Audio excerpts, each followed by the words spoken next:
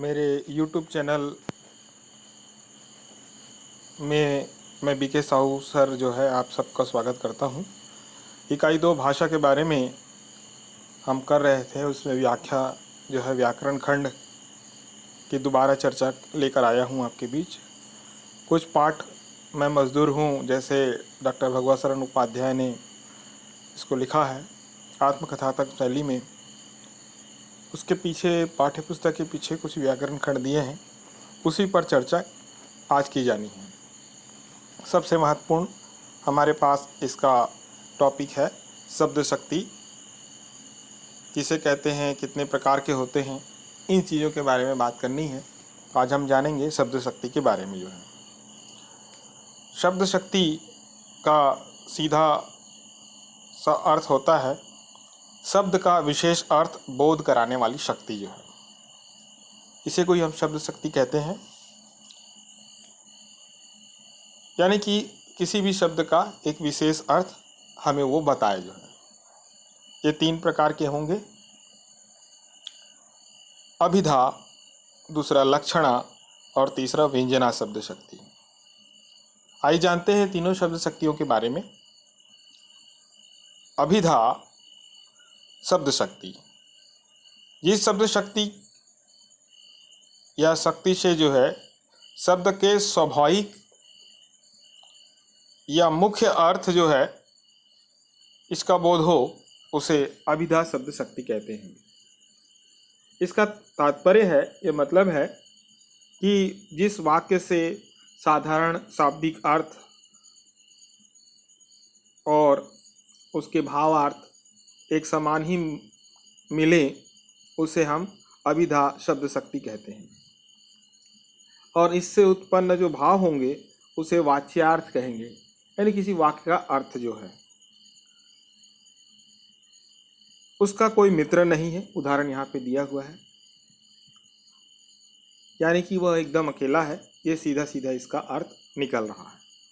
मैं मेहनतकश मजदूर हूँ, यानी कि मेहनती मजदूर के रूप में वो वाक्य यहाँ पे बताया जा रहा है। उस काम को करने वाली वह अकेली है। पीछे कुछ पाठ में आपको देखने को मिलेगा, माटी वाली पाठ में, कि वो मिट्टी ले जाने वाली काम वह अकेली महिला थी। जो है तो किसी खास काम को करने के लिए वह अकेली है, ये बात का बोध यहाँ पे हो रहा है।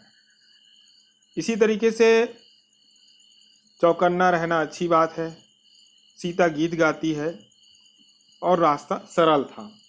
कुछ वाक्य यहाँ पे दिए हुए हैं, इसमें विशेष अर्थ ना निकल के सीधा सीधा साधारण शाब्दिक अर्थ और भावार्थ दोनों समान मिल रहे हैं। अगला हमारे पास उदाहरण है लक्षणा शब्द शक्ति। वाक्यार्थ और मुख्यार्थ को न बता करके उससे संबंधित अन्य अर्थ जो है उसका बोध कराने वाली जो शक्ति होती है उसे लक्षणा शब्द शक्ति कहते हैं। जिस शब्द शक्ति का साधारण शाब्दिक अर्थ जो है और भावार्थ दोनों भिन्न हो, उसे हम लक्षणा शब्द शक्ति कहते हैं। रमेश के कान नहीं है, उदाहरण के तौर पर यहाँ पे दिया हुआ है, तो रमेश के दोनों कान नहीं है ऐसा नहीं कहा जा रहा है, सामान्य अर्थ में यही निकलेगा। रमेश जो है वो सुनता नहीं है, बात नहीं मानता है, इस शब्द के अर्थ में यहाँ पे प्रयोग किया गया है। वह शेर है, किसी व्यक्ति को शेर बताया जा रहा है तो वह शेर नहीं हो सकता, बल्कि क्या है, उस व्यक्ति के अंदर वह बहादुरी का गुण है, वह बहादुर व्यक्ति है, इसके संदर्भ में यहाँ बात किया जा रहा है। उसी तरह से गरीब आदमी का संसार नहीं उजड़ना चाहिए। जो है गरीब आदमी के पास एक छोटी सी झोपड़ी होती है, मकान होता है, उसके संदर्भ में भूमि होती है, जमीन होती है, वो उसी से अपना जीवन यापन करता है, तो उसके संदर्भ में बात कही जा रही है। यहाँ शमशान मृत्यु स्थल के बारे में नहीं कहा जा रहा है। उसी तरह अंग्रेजों के लिए रानी लक्ष्मीबाई साक्षात दुर्गा थी। जो है रानी लक्ष्मीबाई दुर्गा देवी के रूप में प्रस्तुत किया जा रहा है यहाँ पे, यानी कि अंग्रेजों को रानी लक्ष्मीबाई से बहुत डर लगता था। जो है उससे सीधा मुकाबला करने के परिस्थिति में नहीं रहे हैं, ये भाव यहाँ पे अर्थ निकलता रहा है। उसी तरीके से मोहन बैल है। मोहन के 4 पैर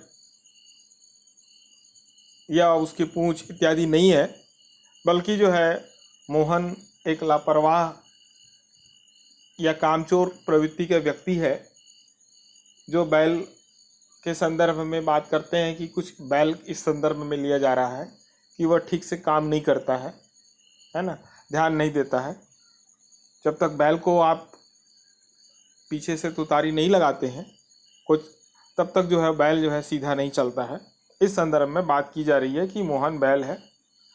हमारी मिलों ने क्रांति की, तो क्रांति जो है मिलों में रहने वाले मजदूर करते हैं। मिलों ने क्रांति की, इस संदर्भ में भावार्थ इत्यादि के अलग अलग अर्थ होते हैं और क्रांति का तात्पर्य भी अलग अर्थ में लिया जा रहा है। वो अधिक उत्पादन और श्रेष्ठ कार्यता के लिए संदर्भ में भी बात की जा सकती है, और दूसरा जो है अपने हक अधिकार से लड़ने की बात भी की जा सकती है। तो अलग अर्थ यहाँ पे भावार्थ और जो है शाब्दिक अर्थ जो है दोनों अलग अलग दिखाई दे रहे हैं। तो वहाँ पे लक्षणा शब्द शक्ति दिखाई दे रही है। और तीसरा शब्द शक्ति होता है व्यंजना। व्यंजना शब्द शक्ति जिसका अर्थ जो है अभिधा और लक्षणा दोनों में से द्वारा नहीं बताया जा सकता है, उसे हम लोग क्या कहते हैं, लक्षणा शब्द शक्ति और व्यंजना शब्द शक्ति कहते हैं हम लोग जो है। भिन्न भिन्न परिस्थितियों में सीधा सीधा परिभाषा यहाँ पे होगी इसका, जिस वाक्य का जो अर्थ जो है वो भिन्न भिन्न हो, वहाँ पर व्यंजना शब्द शक्ति होगा।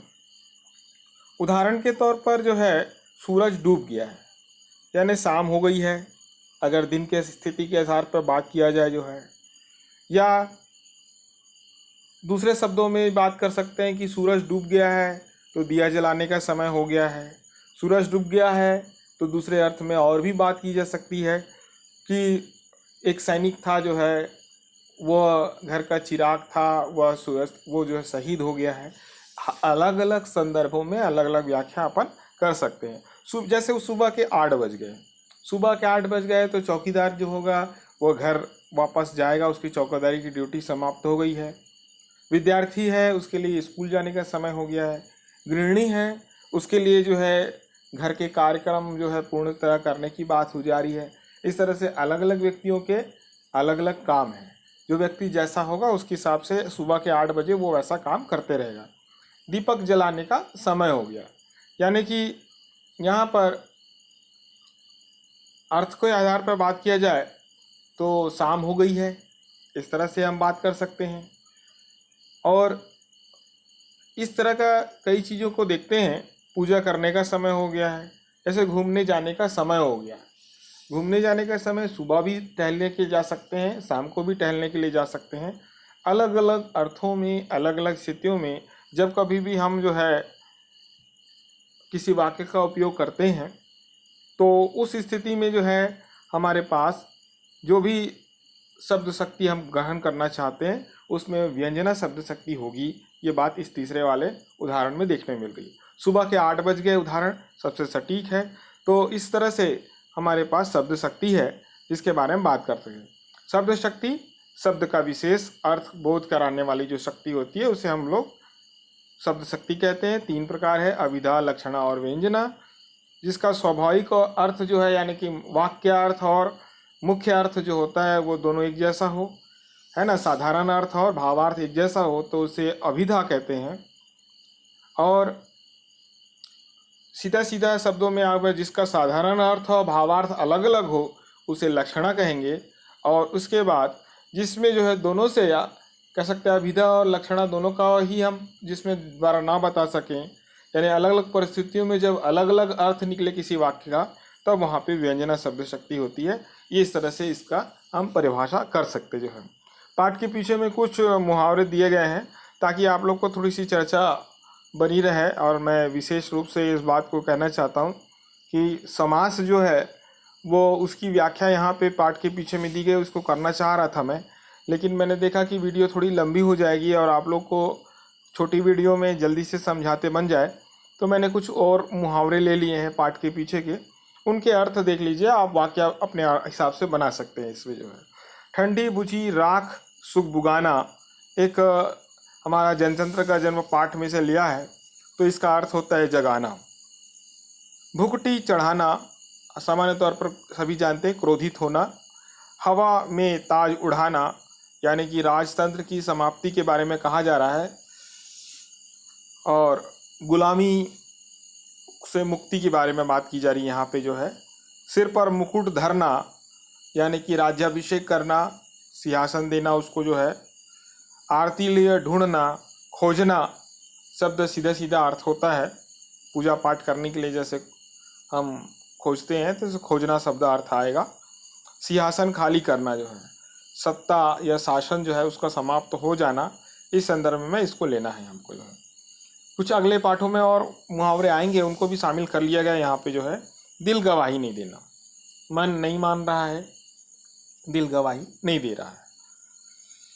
मन महसूस कर रह जाना जो है, खींच कर रह जाना या पछताना जो है कि हमने कुछ काम नहीं किया, इस तरह की बात भाव मन में आएगा तो मन महसूस कर रह जाना वाली बात। कातर नज़रों से देखना, याचना या दया दृष्टि से जो देखने की जो भाव होती है, भाई हमारी मदद कर दो, इस भाव से कुछ ना बोले और कातर दृष्टि से देखे, तो यहाँ पे इस अर्थ में देखेंगे हम लोग। और दिमाग चकराने लगना जो है, कुछ समझ में नहीं आना जो है, परेशान हो जाते हैं, कुछ समझ में नहीं आता है, तो ये कुछ समझ में नहीं आना है इसमें। और चेहरा खिल उठना, आनंदित होना या प्रसन्न होना, किसी को देख करके जो है हमारा चेहरा खिल जाता है। इस प्रकार ये व्याकरण के सेकंड पार्ट के बारे में हम बात कर रहे हैं।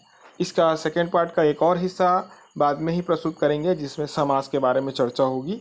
आप सबका वीडियो देखने के लिए धन्यवाद। मैं बीके साहू सर, शासकीय हाई स्कूल महका कला से उम्मीद करता हूं कि आपके लिए यह वीडियो सार्थक होगा। प्लीज़ इसको लाइक और शेयर करें, ताकि बाकी बच्चे लोग भी जो है इसको देख सके, समझ सके जो है। मैं केवल एजुकेशनल पर्पज़ से ही वीडियो बना रहा हूँ, कोई प्रोफेशनल वीडियो मेरे पास में नहीं है। तो आप कृपया इसको जो है अधिक से अधिक लोगों तक पहुँचाने की कष्ट करेंगे जो है। धन्यवाद।